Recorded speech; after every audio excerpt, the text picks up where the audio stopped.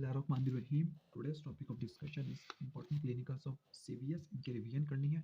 Atrial septal defect और ventricular septal defect. लेकिन इसको पढ़ने से पहले आपको पता होना चाहिए कि सेप्टा होते क्या है, बनते कैसे हैं। तो ईएसटी को पढ़ने से पहले हम एट्रियल सेप्टम की फॉर्मेशन को पढ़ लेते हैं। तो फिर स्टार्ट करते हैं। Partitioning of primordial atria. Partitioning of primordial atria का मतलब आपने कॉमन एट्रियम को दो में डिवाइड करना है, राइट एट्रियम में और लेफ्ट एट्रियम में। सॉरी, एट्रियम में तो डिवाइड है, लेकिन आपने इनको पार्टीशन करना है, आपने इनको कंप्लीटली सेपरेट करना है। तो कंप्लीटली सेपरेट करने के लिए सेप्टम बनाना होगा, उसको बोलेगी एट्रियल सेप्टम या फिर इंटर एट्रियल सेप्टम। जो ये वाला व्यू है, ये कौन सा व्यू है, ये आपको लैटरल व्यू नजर आ रहा होगा, एक साइड से देखने को मिल रहा है, जबकि ये वाला कोरोनल सेक्शन सामने से काटा हुआ है। ठीक हो गया। तो यहाँ से आपको एक साइड देखने को मिलेगी, स्पेसिफिकली राइट साइड देखने को मिलेगी, और यहाँ से आपको राइट और लेफ्ट। अब सबसे पहले आपने डिवाइड करना है एट्रियम को, इनकी पार्टीशनिंग करानी है। तो फिर एक क्रीसेंट शेप मेम्ब्रेन होगी, एक क्रीसेंट शेप। तो आपको नजर आ रहा है क्रीसेंट शेप का मतलब चांद की तरह जो होता है क्रीसेंट। तो आपको नजर आ रहा होगा सेमी लूनर, ये सेमी लूनर सी नजर आ रही होगी मेम्ब्रेन। तो इस मेम्ब्रेन को बोलते हैं या कवरिंग को बोलते हैं सेप्टम प्राइमम।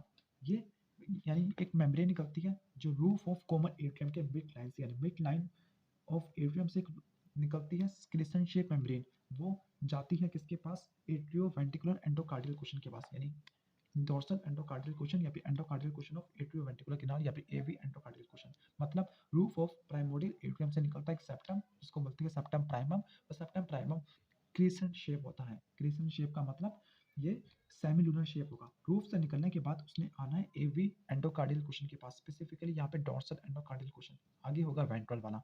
तो सबसे पहला स्टेप होगा सेप्टम प्राइमम का बनना, यानी क्रिसेंट शेप फोल्ड का बनना। अब जो सेप्टम प्राइमम है, यहाँ इसके जो दो लिम्स हो गए, ठीक हो गया, मतलब इसके दो लिम्स आपको नजर आ रहे होंगे, ये अपर लिम्ब या लोअर लिम्ब, इसने नीचे की तरफ आना है, किसके पास आना है, एवी एंडोकार्डियल क्वेश्चन के पास। और ये राइट एट्रियम को पार्शियली डिवाइड कर देगा दो चैम्बर में, सॉरी कॉमन एट्रियम को दो चैम्बर के अंदर डिवाइड कर देगा, राइट एट्रियम में और लेफ्ट एट्रियम में। मतलब रूफ से एक निकला सेप्टा, जिसको बोलते हैं सेप्टम प्राइमम, जिसने पार्शियली डिवाइड किया राइट एट्रियम को और लेफ्ट एट्रियम को। पार्शियली डिवाइड करने का मतलब यहाँ पे एक ओपनिंग होगी इसके इंफीरियर बॉर्डर में, मतलब एक ओपनिंग देखने को मिलेगी किसके दरमियान, ये ओपनिंग नजर आ रही होगी किसके दरमियान, एवी एंडोकार्डियल क्वेश्चन के दरमियान, यानी डोर्सल एंडोकार्डियल क्वेश्चन के दरमियान और सेप्टम प्राइमम के लोअर बॉर्डर के दरमियान, जिसकी वजह से राइट एट्रियम और लेफ्ट एट्रियम के ब्लड के दरमियान ब्लड आसानी से कम्युनिकेट कर सकता है। ठीक हो गया। मतलब जो ऑक्सीजनेटेड ब्लड होता है वो राइट से लेफ्ट साइड की तरफ जा सकता है। ठीक हो गया। यहाँ पे आपको नजर आ रहा होगा राइट साइड पे प्रेशर ज्यादा है एम्ब्रियोनिक लाइफ में, लेफ्ट साइड पे प्रेशर कम होता है। यहाँ पे ऑक्सीजनेटेड ब्लड आ रहा होगा, यहाँ पे डीऑक्सीजनेटेड ब्लड की एक्युमुलेशन होगी लास्ट से। ठीक हो गया। तो फिर जो ओपनिंग होती है सेप्टम प्राइमम में और एवी एंडोकार्डियल क्वेश्चन के दरमियान से, इसके दरमियान ब्लड फ्लो कर सकता है लेफ्ट से राइट की तरफ। तो आपको मैंने बताया था कि फोरामिन बनता है किसके दरमियान, सेप्टम प्राइमम के दरमियान और डोर्सल एंडोकार्डियल क्वेश्चन के दरमियान। इसको बोलते हैं फोरामिन प्राइमम, फोरामिन प्राइमम या फिर ओस्टियम प्राइमम भी बोलते हैं। तो इसकी वजह से राइट साइड का ब्लड लेफ्ट साइड की तरफ जाएगा, हाई प्रेशर वाला ब्लड लेफ्ट साइड। ठीक हो गया। अब इसके बाद क्या होगा, अब जो सेप्टम प्राइमम है, सेप्टम प्राइमम नीचे की तरफ जा रहा है, नीचे की तरफ मतलब एंडोकार्डियल क्वेश्चन की तरफ जा रहा है, और इसने वहां पे आके फ्यूज करना होगा। ठीक हो गया। एंडोकार्डियल क्वेश्चन की तरफ आना होगा। जब ये नीचे आएगा तो फिर फोरामिन प्राइमम छोटा होता रहेगा, छोटा होता रहेगा, छोटा होता रहेगा, मतलब फोरामिन प्राइमम डिसअपियर होने वाला होगा जब ये सेप्टम नीचे की तरफ आएगा। लेकिन जब ये सेप्टम नीचे की तरफ आता है और फोरामिन प्राइमम डिसअपियर होने वाला होता है, तो फिर सेप्टम प्राइमम के अंदर डीजेनरेशन देखने को मिलती है, यानी सेप्टम प्राइमम के कुछ सेल्स एपोप्टोसिस करते हुए डीजेनरेट हो जाते हैं, मर जाती है। तो सेप्टम प्राइमम के अंदर परफोरेशंस क्रिएट होती है, वो परफोरेशन मिलके एक बड़ी सी ओपनिंग बनाती है, उसको बोलते हैं सेप्टम सिकंडम। क्या, सॉरी फोरामिन सिकंडम। क्या बनते हैं, फोरामिन सिकंडम। मतलब जो इसके सुपीरियर पोर्शन के अंदर सेप्टम प्राइमम के अंदर हमें परफोरेशंस देखने को मिलती है। इस सेप्टम प्राइमम के अंदर जो परफोरेशंस थी, वो परफोरेशंस मिलके एक बड़ी सी ओपनिंग बनाएगी, उस ओपनिंग को बोलेंगे फोरामिन सिकंडम। तो सबसे पहला स्टेप था सेप्टम प्राइमम का बनना, फिर फोरामिन प्राइमम का बनना, फिर फोरामिन प्राइमम के डिसअपियर होने से पहले एक और ओपनिंग बनना, उसको बोलते हैं फोरामिन सिकंडम। क्या बोलते हैं, फोरामिन सिकंडम।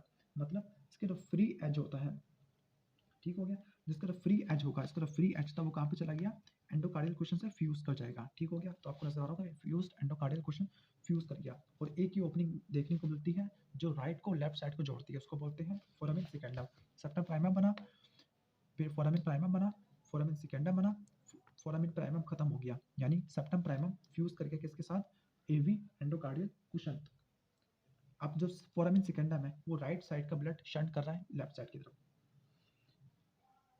तो यहाँ तक थी मॉडिफिकेशंस और डेवलपमेंट इन सेप्टम प्राइमम। अब मजीद एक और सेप्टम निकलेगा, उसको बोलेंगे सेप्टम सिकेंडम। सेप्टम सिकेंडम, जो सेप्टम सिकेंडम है वो सेप्टम प्राइमम से हम कह सकते हैं सेप्टम प्राइमम से राइट साइड की तरफ निकलेगा, यानी रूफ से एक और सेप्टम निकलेगा, membrane septum, crescent shape fold देखने को मिलेगा, नजर आ रहा होगा आपको क्रिसेंट शेप फोल्ड, लेकिन राइट वर्ड निकलेगा। किसके राइट वर्ड? सेप्टम प्राइमम के। तो इस सेप्टम को बोलते हैं सेप्टम सिकेंडम। सेप्टम सिकेंडम जो असल में फोरामिन सिकेंडम को ओवरलैप करने की कोशिश करेगा। तो आपको नजर आ रहा होगा ये फोरामिन सिकेंडम है और ये सेप्टम सिकेंडम है। तो सेप्टम सिकेंडम है वो फोरामिन सिकेंडम को ओवरलैप कर लेगा। किसको ओवरलैप कर लेगा? फोरामिन सिकेंडम को। और ये सेप्टम सिकेंडम इस पार्टीशन यानी एक इनकम्प्लीट पार्टीशन बनाएगा राइट साइड के दरमियान और लेफ्ट साइड के दरमियान। अब मैंने आपको बताया था कि जो फोरामिन सिकेंडम इसको कवर कर लिया सेप्टम सिकेंडम ने, और मैंने कहा था कि सेप्टम सिकेंडम इनकम्प्लीट पार्टीशन बनाएगा। अब वो एरिया जो सेप्टम सिकेंडम कवर ना कर सका, यानी the incomplete area which is not covered by septum secundum is known as foramen ovale. तो आपको एक ओवेल सा फोरामिन देखने को मिलेगा। अगर इस डायग्राम में देखें तो इस डायग्राम को ओवेल फोरामिन देखने को मिलेगा, यहाँ पे फोरामिन ओवेल। ठीक हो गया। तो फोरामिन ओवेल उस जगह पे देखने को मिलेगा जहाँ पे सेप्टम सिकेंडम इनकम्प्लीट पार्टीशन बनाएगी दो एट्रिया के दरमियान में। मतलब इसके अपर लिम्ब में और लोअर लिम्ब में एक एरिया देखने को मिलेगा। इस ओपनिंग को बोलते हैं फोरामिन ओवेल। Foramen oval. फिर इसके बाद क्या होगा? इसके बाद जो सेप्टम प्राइमम का क्रेनियल पार्ट है जो रूफ से अटैच था वो डिसअपीयर हो जाएगा। रूफ से क्या होगा? डिसअपीयर हो जाएगा। मतलब जो आपको नजर आ रहा होगा सेप्टम प्राइमम का सिर्फ इंफीरियर पार्ट रह गया, जबकि सेप्टम सेकेंडम के दो पार्ट थे। दो पार्ट के दरमियान ओपनिंग होगी, इसको बोलेंगे फोरामिन ओवेल। तो आपको कुछ इस तरह की अरेंजमेंट देखने को मिलेगी। तो जो एक फोरामिन देखने को मिलेगा, एक ओपनिंग देखने को मिलेगी। वो ओपनिंग किनके दरमियान में देखने को मिलेगी? वो ओपनिंग अपर लिम्ब और lower limb of septum secundum, उसको बोलते हैं ओवल फोरामिन या फोरामिन ओवेल। और इसको कवर करने वाला एक सेप्टम होगा, उसको बोलेंगे सेप्टम प्राइमम, जिसको बोलते हैं वैल्व ऑफ फोरामिन ओवेल, क्योंकि एक वैल्व का काम कर रहा है। अब सर्कुलेशन होगी कैसे? बर्थ से पहले कैसे होगी और आफ्टर बर्थ ये फोरामिन ओवेल कैसे बंद होगा? अब इसकी सर्कुलेशन को पढ़ लेती है। बर्थ से पहले मैंने आपको बताया था कि right side of the heart को ज़्यादा काम करना पड़ता है, क्योंकि ब्लड को पंप करना पड़ता है। ठीक हो गया। और क्योंकि लेफ्ट साइड के ऊपर ज़्यादा काम इसलिए नहीं होता क्योंकि प्लेसेंटा सारा काम कर रहा होता है, प्लेसेंटा ब्लड को सेंड कर रहा होता है। तो बर्थ से पहले राइट एट्रियम का प्रेशर लेफ्ट एट्रियम से ज़्यादा होता है। राइट एट्रियम में प्रेशर ज़्यादा होगा तो ब्लड कहाँ से काम मूव करेगा? राइट एट्रियम से लेफ्ट एट्रियम की तरफ। इसकी वजह से फोरामिन ओवेल ऑक्सीजनेटेड ब्लड को पास करने देगा राइट साइड से लेफ्ट साइड की तरफ। ऑक्सीजनेटेड क्यों? क्योंकि इंफीरियर वेना केवा के पास ऑक्सीजनेटेड ब्लड आ रहा होता है अम्बिलिकल वेन से। तो जो फोरामिन ओवेल है वो राइट साइड से लेफ्ट साइड की तरफ ब्लड आने देगा। ठीक हो गया। लेकिन ये लेफ्ट से राइट की तरफ नहीं आने देगा। अगर ब्लड यहाँ से यहाँ पे आने की कोशिश करेगा तो ये असल में इस बड़ी वाली जो दीवार है जिसको सेप्टम प्राइमम कहा हुआ है, जिसको हम वैल्व ऑफ फोरामिन ओवेल बोलते हैं, ये इसको अटैच करवा देगा, फोरामिन ओवेल से प्रेस करवा देगा, तब ये फोरामिन ओवेल बंद हो जाएगा। और यही कुछ होता है बर्थ के बाद। यानी बर्थ के बाद क्या होगा? बर्थ के बाद जो लंग की सर्कुलेशन स्टार्ट हो जाएगी, लेफ्ट एट्रियम का प्रेशर ज़्यादा हो जाएगा, मतलब अयोटा में ने अब सारा ब्लड देना होगा। लेफ्ट साइड के पे प्रेशर ज़्यादा हो गया तो लेफ्ट साइड ने सेप्टम प्राइमम को पुश कर दिया फोरामिन ओवेल की तरफ। फोरामिन ओवेल की तरफ पुश कर दिया तो वो फोरामिन ओवेल से फ्यूज कर जाएगा और यहाँ पे एक ओवल फोसा देखने को मिलेगा। यहाँ पे आपको ओवल फोसा देखने को मिलेगा।